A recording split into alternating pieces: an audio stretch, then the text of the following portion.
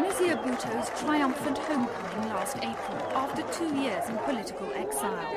Hundreds of thousands of people turned out to greet her. She was allowed to hold meetings all over the country, despite fears that the authorities would crack down on her organisation, the People's Party, and other opposition leaders involved in the movement for the restoration of democracy. During the early summer, the religious festival of Ramadan put a stop to all political activity. Ms. Bhutto was to resume her challenge to President Zia and Prime Minister Junejo by holding another big rally tomorrow, Independence Day, to highlight her demand for free elections. But the meeting in Lahore was banned. Ms. Bhutto was detained at Karachi airport on her way there, and more than 100 People's Party officials have been arrested. Well, the police have raided our houses last night and they're arresting people in hundreds. And we managed to escape from the police network. And we're now trying to organize a meeting for tomorrow because it's our commitment that we're going to celebrate the National Day, as it's our right.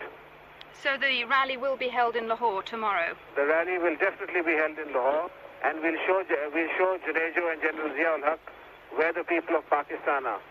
But aren't you worried there could be violence? There will be no violence from our side. We've held processions of hundreds of thousands of people, and there's never been any violence. So we are going to remain non-violent. 16 months ago, Pakistan emerged from 9 years of martial law under General Zia-ul-Haq, who took power in a military coup. The then Prime Minister, Zulfikar Ali Bhutto, Benazir's father, was hanged. General Zia has appointed his own Prime Minister, Mohammad Khan Junejo. But Pakistan's newfound democracy is limited.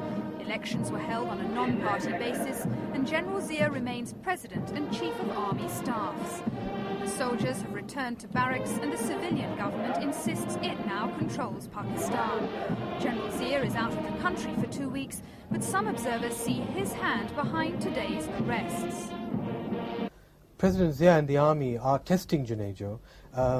They bought in this system of government and appointed him as Prime Minister, and he's really being put to the test now whether he can control the opposition and whether he's really in a position to assert his authority. However, it has to be seen tomorrow what happens.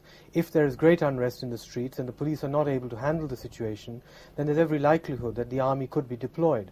And of course, once the army is deployed, then there's a greater chance that the generals and Zia will reimpose martial law.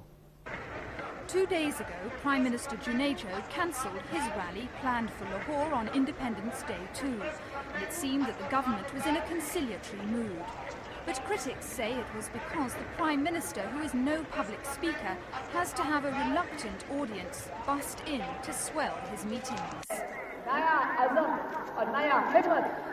Ms. Bhutto, however, has proved a great crowd puller since her return, and that's been embarrassing for the government. I think Prime Minister Junejo is genuinely committed to the form of democracy that is at present in Pakistan. But at the same time, he's facing a number of problems in his own party. His party has not really taken off in the way he had hoped. There's serious problems in the cabinet. A number of his ministers have been demanding a much tougher line against Benazir for a long time, and he's been holding them back. And I think 2 days ago, when he climbed down and he refused to hold this rally in Lahore, where she was also going to hold a rally, there was a great unrest in the cabinet, and people thought that it showed Junejo losing face and the government losing face. Ms. Bhutto was released after 2 hours in detention and allowed to return to her home in Karachi. She's banned from going to Lahore, but her party say they'll hold their rally there. And Ms. Bhutto insists she'll address a meeting in Karachi. The government has forbidden this, but if they arrest Ms. Bhutto, it could give her campaign a boost, and there are fears that her thousands of supporters may take to